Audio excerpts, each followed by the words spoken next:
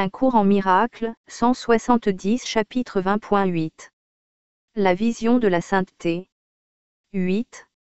La vision de l'impeccabilité. La vision te viendra d'abord par petits éclairs, mais cela suffira à te montrer ce qui t'est donné, à toi qui vois ton frère sans péché. La vérité t'est rendue par ton désir, comme c'est ton désir d'autre chose qui te l'a fait perdre. Ouvre le saint lieu que tu avais fermé en estimant cette autre chose, et ce qui n'a jamais été perdu reviendra tranquillement. Cela a été gardé pour toi. La vision ne serait pas nécessaire si le jugement n'avait pas été fait. Désire maintenant qu'il soit entièrement défait, et cela est fait pour toi. Ne veux-tu pas connaître ta propre identité? N'est-ce pas avec joie que tu échangerais tes doutes pour la certitude? N'est-ce pas volontiers que tu serais libre de la misère, pour apprendre la joie à nouveau? Ta relation sainte t'offre tout cela. De même qu'elle t'a été donnée, de même le seront ses effets. Et de même que son saint but n'a pas été fait par toi, de même les moyens par lesquels sa fin heureuse est tienne ne sont pas de toi. Réjouis-toi de ce qui est tien pour peu que tu le demandes, et ne pense pas que tu aies besoin de faire ni les moyens ni la fin. Tout cela t'est donné, à toi qui voudrais seulement voir ton frère sans péché. Tout cela est donné et n'attend que ton désir de le recevoir. La vision est donnée librement à ceux qui demandent à voir. L'impeccabilité de ton frère t'est donnée en pleine lumière, pour que tu la regardes avec la vision du Saint-Esprit et t'en réjouisses avec lui. Car la paix viendra à tous ceux qui la demandent avec un désir réel et une sincérité de but, partagés avec le Saint-Esprit et ne faisant qu'un avec lui sur ce qu'est le salut. Sois désireux, donc, de voir ton frère sans péché, afin que le Christ s'élève devant ta vision et te donne la joie. Ne place aucune valeur dans le corps de ton frère, qui le tient aux illusions de ce qu'il est. C'est son désir de voir son impeccabilité, comme c'est le tien. Bénis le Fils de Dieu dans ta relation, et ne vois pas en lui ce que tu as fait de lui. Le Saint-Esprit garantit que ce que Dieu a voulu et t'a donné sera tien. Voilà ton but maintenant, et la vision qui le fera tien est prête à être donnée. Tu as la vision qui te permet de ne pas voir le corps. Et comme ton regard se posera sur ton frère, tu verras un autel à ton Père, aussi saint que le ciel, rayonnant de pureté et brillant sous les lys éclatants que tu y as déposés. À quoi pourrais-tu accorder plus de valeur? Pourquoi penses-tu que le corps est une meilleure demeure, un plus sûr abri pour le Fils de Dieu? Pourquoi préférerais-tu regarder cela plutôt que la vérité? Comment l'instrument de la destruction peut-il être préféré et choisi pour remplacer la sainte demeure que t'offre le Saint-Esprit, où il habitera avec toi? Le corps est signe de faiblesse, de vulnérabilité et de perte de pouvoir. Un tel sauveur peut-il t'aider?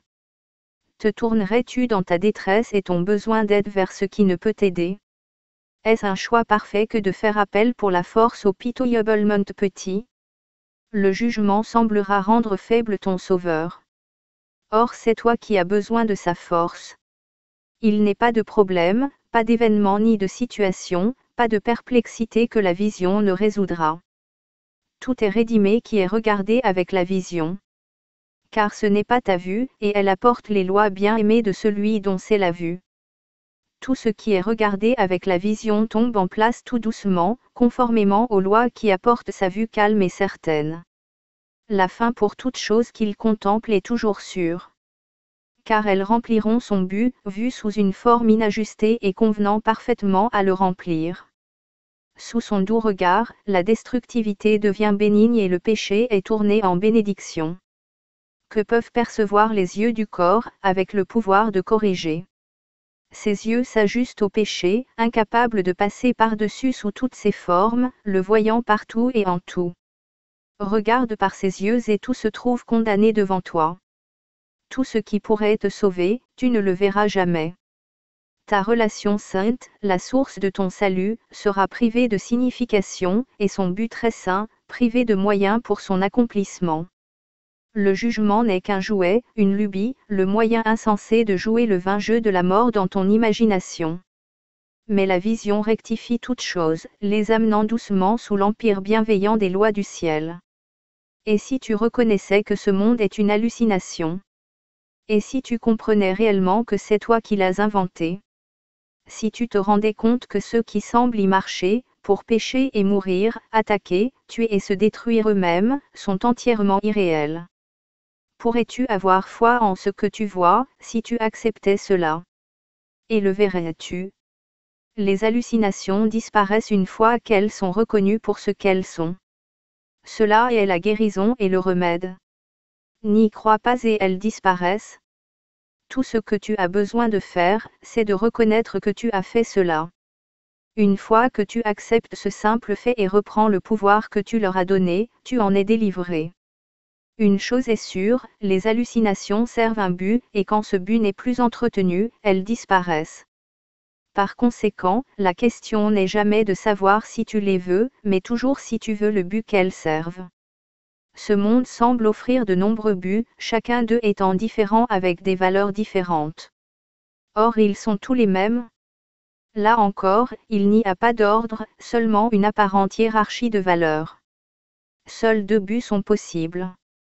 Et l'un est le péché, l'autre la sainteté. Il n'y a rien entre les deux, et celui que tu choisis détermine ce que tu vois. Car ce que tu vois n'est que la façon dont tu choisis d'atteindre ton but. Les hallucinations servent le but de la folie. Elles sont les moyens par lesquels le monde extérieur, projeté du dedans, s'ajuste au péché et semble témoigner de sa réalité. Il reste vrai qu'il n'y a rien au dehors. Or sur rien toutes les projections sont faites.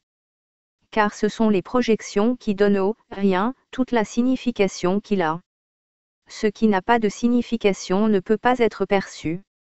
Et la signification regarde toujours au-dedans pour se trouver elle-même, et puis regarde au-dehors. Toute la signification que tu donnes au monde extérieur doit donc refléter la vue que tu as vue au-dedans, ou mieux, si tu as vu ou simplement jugé et rejeté. La vision est le moyen par lequel le Saint-Esprit traduit tes cauchemars en rêves heureux, tes folles hallucinations qui te montrent toutes les conséquences effrayantes d'un péché imaginaire en vue calme et rassurante par lesquelles il les remplacerait. Ces vues et ces sons pleins de douceur sont regardés avec bonheur et entendus avec joie. Ce sont ces substituts à toutes les vues terrifiantes et aux sons hurlants que le but de l'ego a portés à ta conscience horrifiée. Il s'écarte du péché, te rappelant que ce n'est pas la réalité qui t'effraie et que les erreurs que tu as faites peuvent être corrigées.